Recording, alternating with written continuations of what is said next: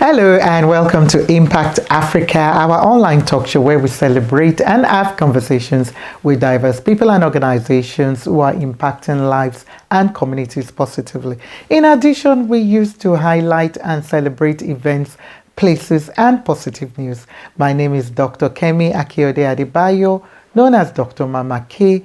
In today's program, we continue to celebrate Nigeria Independence Month of October 2023, and this is part 4. Wow, I've been enjoying myself. I don't know whether you have, and you've been inspired as well. Not just enjoying me, watching me, but being inspired and learning one thing or the other on all the people we've been featuring and celebrating as Nigerians in terms of what they're doing across Africa, in Nigeria, and around the world.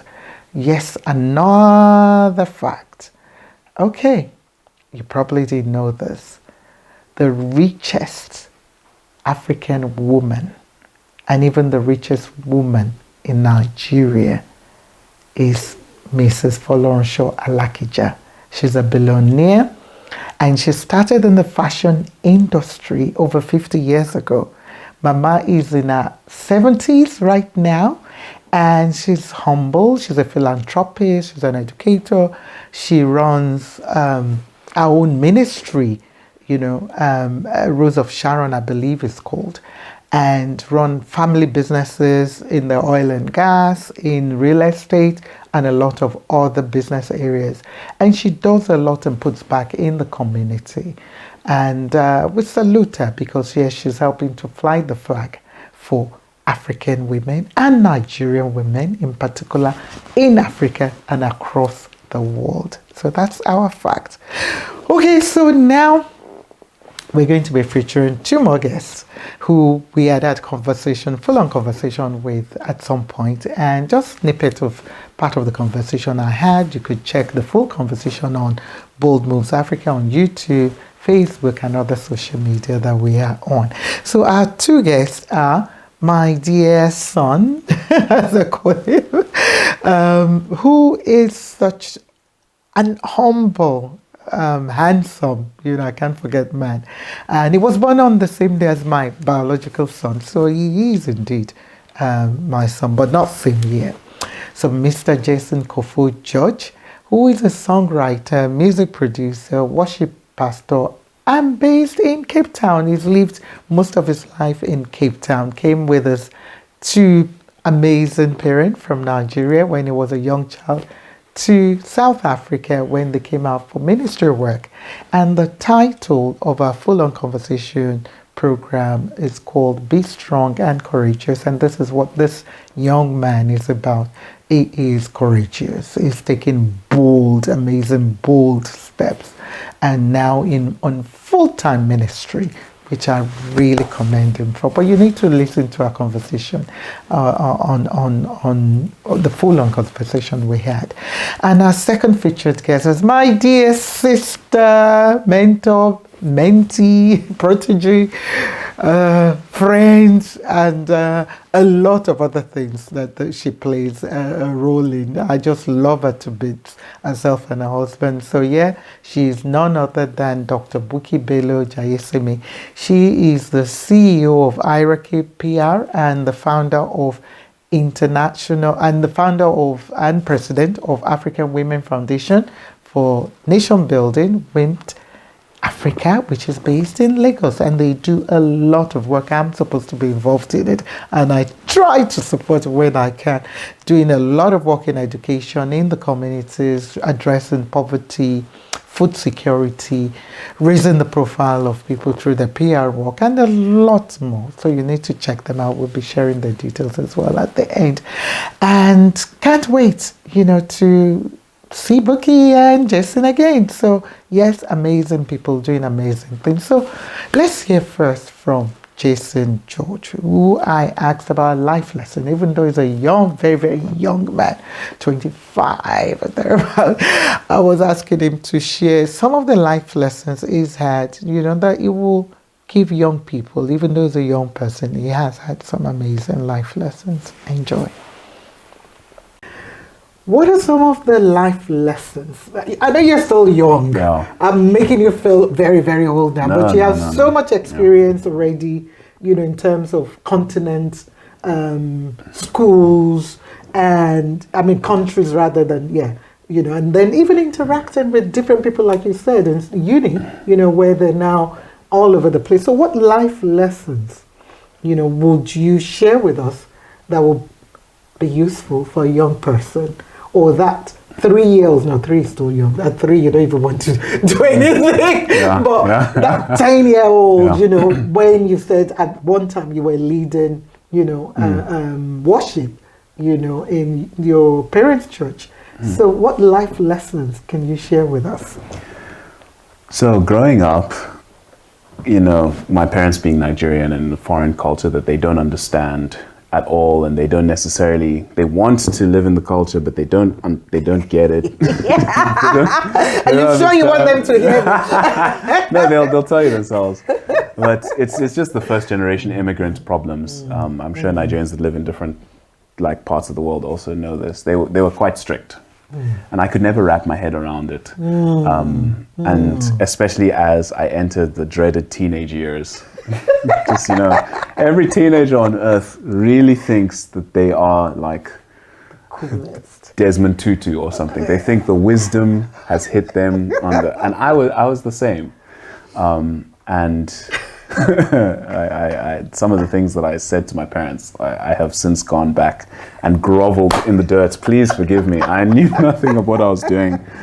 But in all of this, I think I learned, even though now my relationship with my parents has changed since I moved out of the house for university, and now I'm an independent and an adult. Most of what they told me back then was correct. Even if sort of there's a lot around how to live and the way my decision making has panned out that is different from theirs, and it's my life, it's not their life, and I have to follow the Lord as best as I want to, not my parents.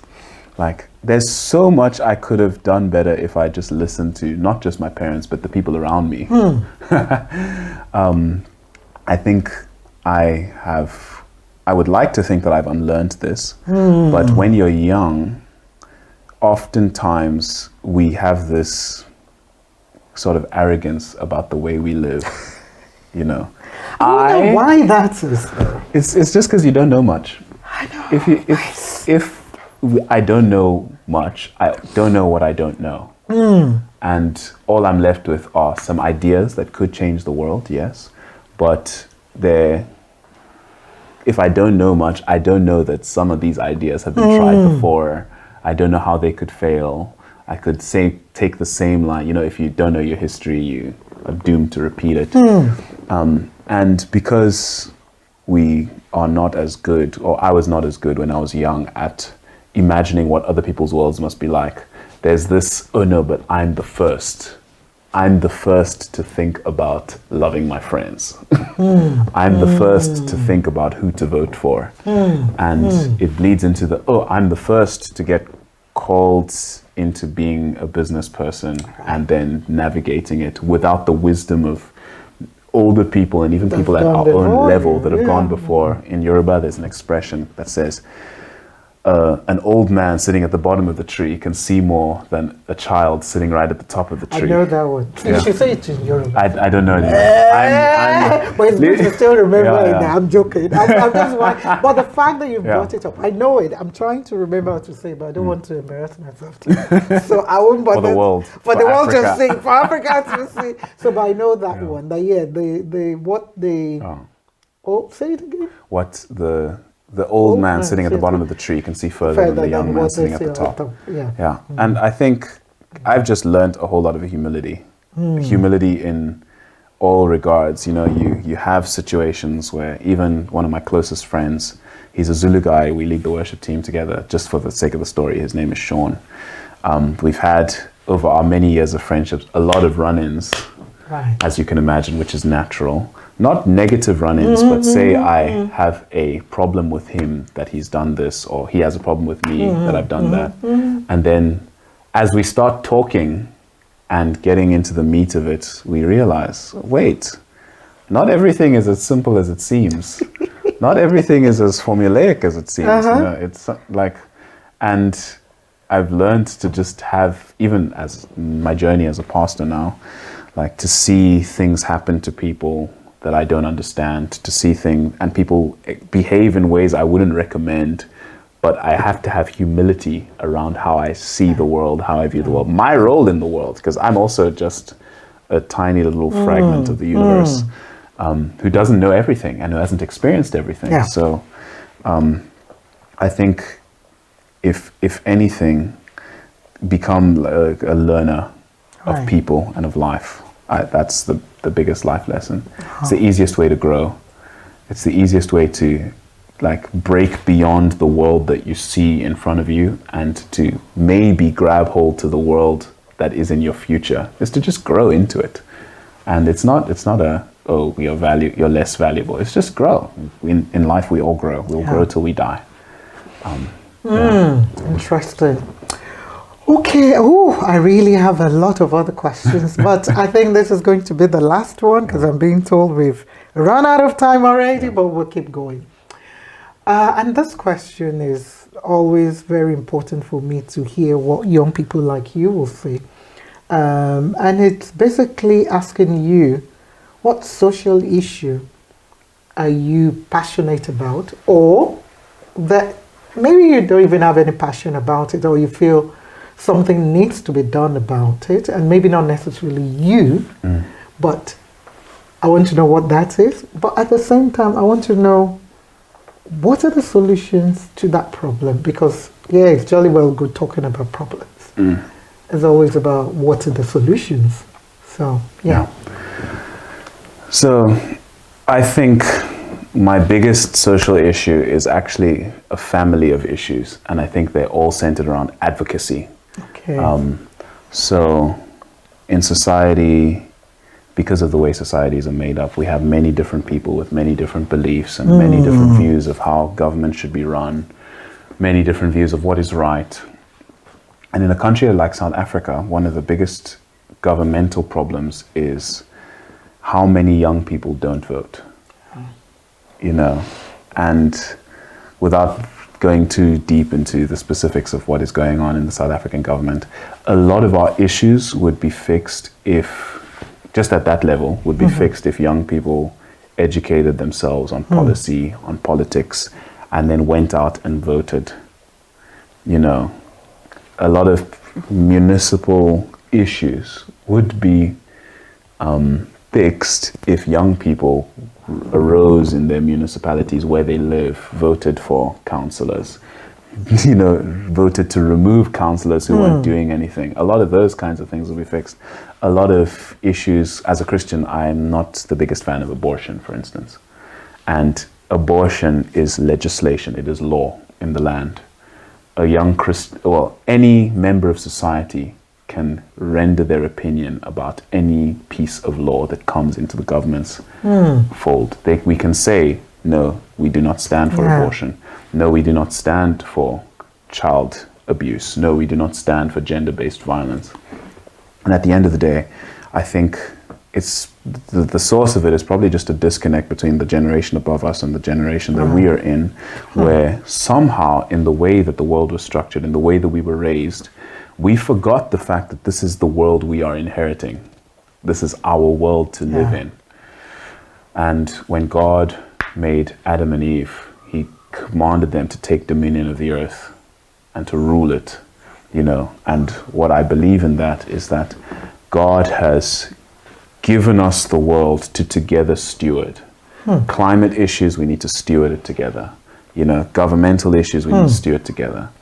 Issues of poverty and homelessness, we need to steward it together. Issues of mental illness and drug abuse, gang wars, murder, petty crimes, we need to come together as society, realize that this is our society. At a continental level, Africa belongs to Africans, and participate in moving the continent or whatever cause that we have in the direction that we'd like it be. Because no one's going to come save us. No. You know, no one's going to brush my teeth. I have to brush my teeth. No one's going to sweep my house except maybe my children. You know, I have to wake up, realize that this is the world that God has given me the authority over and the responsibility over, and do something about it. And it bleeds. It's something that needs to happen in the heart of every young person, I believe, because it will change this nation if people figure out what they believe.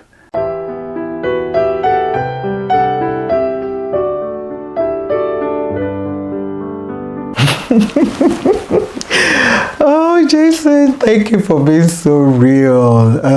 Yes, if you had listened more better to your parents, you know, some of what they were telling you at that time, you know, yeah. And I quite agree. I can relate to it because I keep saying it as well nowadays. That, whew, and I hope I'd listened, you know, more to my parents at my young age. But anyway, it's okay. It's all good. Because, yeah, as young people, you sometimes think you know everything, but your parents know better. So I hope you're listening, young people out there. Listen to your parents. Don't be like people like me or Jason and others. It doesn't turn you into a bad person and so on. But, you know, if you would listen more, it helps you navigate this life better. That's what I believe. And I believe what Jason as well is trying to say. But you need to listen to the full-on conversation we had. I was humbled. Really, you know, just being in the same room with him, hearing about his life and his journey, you know, so far, and how he's in his own way, you know, impacting lives through ministry, through songs and so on. Okay, now we're going to watch and listen to a segment of my conversation with Dr. Bukky Bello Jaiyesimi, where I was asking her what are some of the issues, you know, that she would want solutions for that means a lot to her personally. Enjoy. We all know, you know, what the challenges, you know, we face across Nigeria, South Africa, Ghana, you know, all across Africa, which mainly are things to do with poverty, unemployment, tribalism in some places, racism in some places, xenophobia in some places, gender-based inequality, poverty, crime. I could go on and on and on. And for me, it's always about, okay, we know those problems exist, but what are the solutions? So what are some of the solutions, you know, you want to share on any, you know, of those challenges that can fix, you know, some of this problem in Nigeria or South Africa or, you know, overall in Africa? Okay, thank you. A sad one, but a big challenge that I believe that someday in our time will be reduced to the barest minimal. I believe it's possible. I will go back to women. And I will also refer to nation building. Okay. I am able to speak with my son, and we get it right from the house before he steps out. That's where I believe it starts from. Family. I also have a mother who schooled me on the do's and don'ts in the society before I stepped out. In fact, in our time, you'll be flogged properly. So you will understand that they think the cane drives the message home. And I think it did to some extent. I'm always getting, you know, people like you believe in corporal punishment. I think I'm going to have a program specifically on corporal punishment. That was what we saw, not necessarily from my parents. Though I know. I was beaten. My father beat me. My mother too. My father would beat me. Yeah, and say, I'll take you to the hospital. It was a general thing that will make you look like, in fact, if a child is being beaten in the next house, for the next 3 days, that child is not a good child until the parents see that he or she shows remorse. I'm not saying we are still in that age of beating, no. But communication, even in management, is the new paradigm shift. Right. Even in management, we've moved from the autocratic way of getting things done, issuing out instructions, go here, come here, like being in the barracks, to communication. So communication should not only be taught at home, But even in the four walls of the classroom where we have young minds and grown minds attend, for them to understand what communication really is. I remember one of the first things I learned in communication, I think this was at the master's level, is that communication is incomplete until there's feedback. I have heard this severally. I've heard this severally, I mean, in early education, but I didn't really understand what that meant. And when we talk about feedback, you know, it's another body of knowledge entirely. Correct. Where you want to check what's the quality of the feedback, you know. Communication needs to go between parents and children, between teachers and learners, between the government and the civil society and the citizens. So if communication is not effective and efficient communication, okay. Exactly. Now you're getting to the burning issue. You're touching the wrong nerve. Communication is not smooth. It's not good. It's not good. You don't say you're doing this and you're doing the next thing. Even governments to citizens. You don't tell citizens what they want to hear because you want riots to be over. Then you go back to the election. Yeah, exactly. So if we can't get that right, we have a long way to go. That's why I went back to say, parents, please don't get tired. Because this is where it starts from. I'm sure there are some things at your age, Make, that you can't even think of doing, no matter the level of influence. Yep, correct. And why is this? Apart from the fact that you taught yourself, some of it might be back to what will daddy say? Yes, so they must not hear. But when you feel free to carry a gun or a knife and you think it's invoked to stab a citizen like you on the street and nothing will happen, someone calculated the jail term. And it's as bad as, okay, 7 years, 8 years, 9 years, 10 years, let's go and see what's happening in that world. Then we'll come out again. Then you see that something is wrong. Communication has broken down. Yeah. At a certain level that we might not be able to know. So the government as well should please be able to do this, just as we pointed out. Well, I had more questions. However, you know, we're going to stop there. I'm being told by my technical that we've kind of running out of time, and definitely we'll be back, you know, hopefully when you have more time, you know, to you know, share with us your story more, and, you know, because this is not even 1/4 of it at all. So what I want to ask is, in closing, if there's any word of encouragement or anything you want to share with any of our viewers, maybe the young people, maybe women, because you're passionate about women, maybe men, maybe entrepreneurs, whoever you want to speak directly to. Please just share. I would like to speak to everybody. And this is to say, when it comes to gender, when we talk of parity or we talk of equality, whichever way it is put, when we went to college and we had some women studying medicine, we had some studying some courses in aviation, tourism, there was no time that it was said that, oh, girls could not be part of this class. There are women that came out with flying colors in different disciplines. So at what point did it become a male-dominated place? Right. So I want every woman to realize that you owe yourself to unleash your potentials, regardless of what the narrative is. That's why we find people that are vowed to make marks in their chosen field, which is very good. Because part of what we do in WINB, nation building in WINB Africa is celebrate legacies. Remember, what will you be remembered for someday? Someday you've moved on to some other career, to some other places.